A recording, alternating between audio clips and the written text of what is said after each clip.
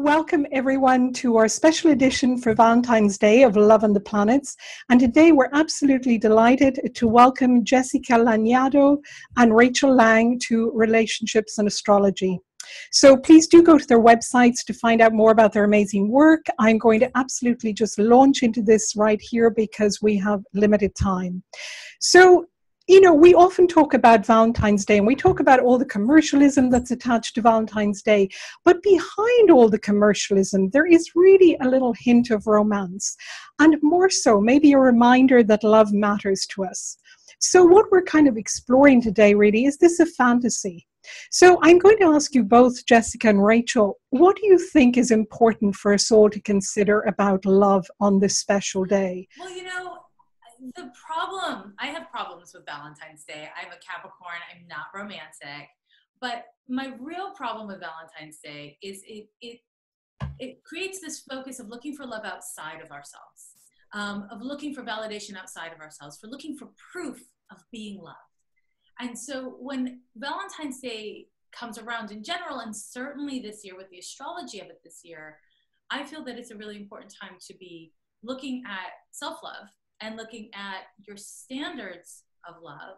And, you know, love it's a consensual game, you know, it's like whether you're loving yourself through eating well and sleeping enough, or, you know, you're in a relationship, or your cats keep peeing on the rug and you love them so you can't figure out what to do. Like, love is, you know, what you consent to is a big part of how your expectations of love and what you're willing to tolerate and how you feel about yourself. It's not just a box of chocolates. I love chocolates, but it's not a box of chocolates. It's not roses. It's something much more deep and much more messy, and it requires a lot more consideration. And I think that we all have this fantasy that when the right love comes, I will no longer be an agitated person. I can't tell you that in my client readings where people are like, oh, in the right relationship, I won't be irritable all the time. And I'm like, or you're person, and you will in the right relationship, you know, not freak the person out by being irritable. Rachel, what do you think? That sounds wonderful, Jessica. Yeah. What do you think, Rachel? I love all of that she said, all of it, yes. You know, it's interesting when I think about Valentine's Day, I think about it as a Libra #1, so I'm a total hopeless romantic. I've got Taurus rising, total hopeless romantic. I love chocolate too. I love flowers. I love all of it. But I also think about it from an astrologer's point of view. And when the sun is in Aquarius, the Earth is in Leo, and that axis is all about the heart. It's about the heart, and it's about circulating the energy of love, circulating the energy of the heart, that heart chakra center, throughout the world. I mean, Leo is me, self-expression. It's the courage to act with conviction, to completely and totally be myself. So love myself, be myself. And then Aquarius is about, from that place, then expressing that into the world, connecting with other people, connecting with community. And so just looking at that axis, it isn't really about specifically partnership, I think, but it is about what you were saying, Jessica, about the complete expression of myself, and expression meaning I accept myself enough to love myself, and because of that, I'm not afraid to be who I am, to say, to speak my truth, to be very dedicated to a specific person. So I think that Valentine's Day kind of falls within the whole romance myth that we've been fed, that has a lot to do with being like relationships based on need or dependence. And I don't think that that's necessarily, I think, you know, it's not really what romance, I think, truly is, or what love really is. So really what you're both saying is kind of the first step obviously is self-love. If there are people out there listening to this and they're thinking, but what does that really mean? You know, how can I take some steps towards building those foundations within myself so that I can really connect with that self-love, so that when I do get into, you know, a messy, real relationship, as you said, and maybe they do walk out the door, then I won't splinter apart. I will keep building on my self-love. Yeah. The the thing that comes up for me is the first step is to be self-referential. And self-reference is something that is really, it's so basic, it's so simple. And I would say that the vast majority of people I work with and that I have contact with don't know what I'm talking about when I refer to it, and don't know how to do it. And when they do know how to do it, don't remember to do it. And to be self-referential is to remember that you have your own individual experience, whether it's emotional or, you know, dynamic, and it's your job and right to refer back to it. And it's your job and right to honor it and to keep it as a meaningful part of what is the experience. What I am getting at is really not selfish or even being of service. It's something in the middle. It's remembering to put the air mask on your face before you put it on the face of the kid you're sitting next to, no matter how much you love the kid. It's knowing that if you don't take responsibility for yourself, you cannot be there for someone else, because all of your blind spots become a liability for the people who are trying to get close to you. So in my thought, it's about throwing away this idea of being of service for people you love or being selfish or anything like that, and simply being present for yourself. And from that place, making choices with clarity about what you can and can't consent to with others, what works for you, what doesn't. And, you know, as astrologers, based on your individual chart, based on the astrology of the moment, that varies. So it's not a fixed point, which I think most people who are like seeking astrologers are like, give me the fixed point. What is the sign I should do? What is the thing I should do? And it's a constant set of adjustments. I mean, life is adjustment constantly. So the only consistent is change, as they say, right? So I think that's... Thank you, Jessica. That's really interesting. Rachel, well, what are your thoughts? I think for me, self-love is complete and total acceptance of who I am. So it's accepting myself, allowing myself to be myself, and in some ways, it's acting as the perfect parent that I wish I would have had for myself. So protecting myself from people who are, you know, going to take advantage of me, or people who don't have my best interest. Standing up for myself when I need to, which can be difficult if you have a lot of Libra planets. You know, also putting, like you said, putting the air mask on myself first before I help others, knowing how to draw that line, knowing myself enough to differentiate between what is service that is I'm feeling led or feeling pulled to do from a pure, authentic place, or what is codependency, or what is, you know, some kind of other unhealthy behavior.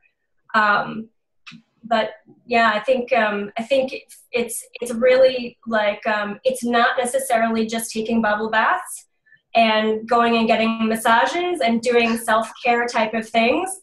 It's actually like mother bear, you know, sort of strong. It's Mars and Venus and the moon and the sun. It's accepting and activating all aspects of yourself and being comfortable with the way that they express themselves, willing to change, being conscious of how you would like to be in the world, but really coming from a place of just accepting what is at any moment. And forgiveness too. Self-forgiveness, I think, is so important. And just, you know, not holding on to guilt or regret or any of those negative emotions that can really interfere with relationships or with, you know, manifesting anything that you really want on a soul level. So really, you're both talking about very practical skills of self-care and, and a love that's very real rather than the kind of romantic, image that we kind of Disney image that really we've grown up with. And I think it takes a while to kind of release really from our psyche because it's so embedded that this is how relationships should be. And if there are any problems, if it gets messy, then it's not real love. Yeah, I just want to, can I Please interject? Okay. So I just want to add, so the thing about romance that is so intoxicating and amazing and wonderful is when it's actually, when someone does something for another person and it comes from that heart-centered place and it's an exchange of energy that has purity to it, that it opens your heart and it opens your heart chakra and it lifts your spirit, lifts your vibration, and there's nothing that feels better. And I think there's a difference between that, like romance coming from that place, and romance that is in some ways like a sense of obligation or a sense of, that's coming from a sense of like, this is what we do on Valentine's Day. And so I think like there is a certain amount of romance that exists in every love relationship, but it comes from that spirit of generosity, that spirit of absolute connection, that spirit of passion, all of those things that make love so rewarding and so enjoyable and loving and joyful and all of those things. That's beautiful. It's a beautiful way to put it. Thank you, Rachel. Jessica, was there something you wanted to say there?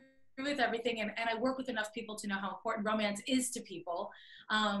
And I think that for me, and maybe this is like a whole other big topic, but I think the danger of romance, whether you're in a long-term relationship or you're on a first date or you're just obsessing on someone, is falling in love with potential instead of reality of a person.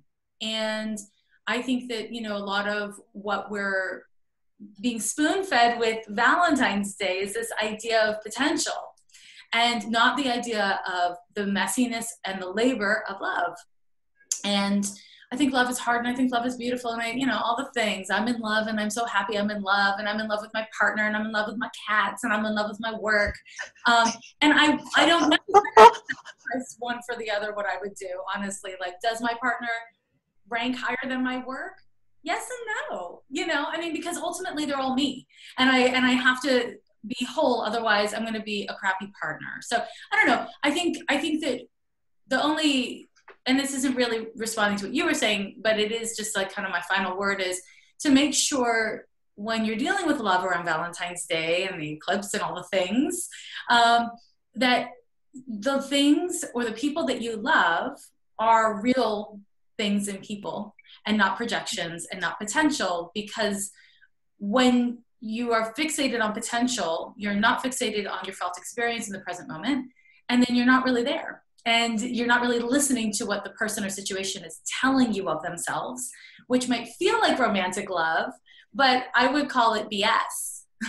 So I think it's, again, not a romantic, sorry, but that's the last word on the subject. That's wonderful. I think we've come to the end of our time almost. Rachel, was there any last thing you wanted to say? Being a romantic, I think there are ways that you can experience romance that's not a projection. But it's ultimately, I think it ultimately reflects back to the opening of your heart and the connection with your heart from that pure place. And I think, like, for me, it's allowing myself to receive, gifts, affection, all of those, love language type things.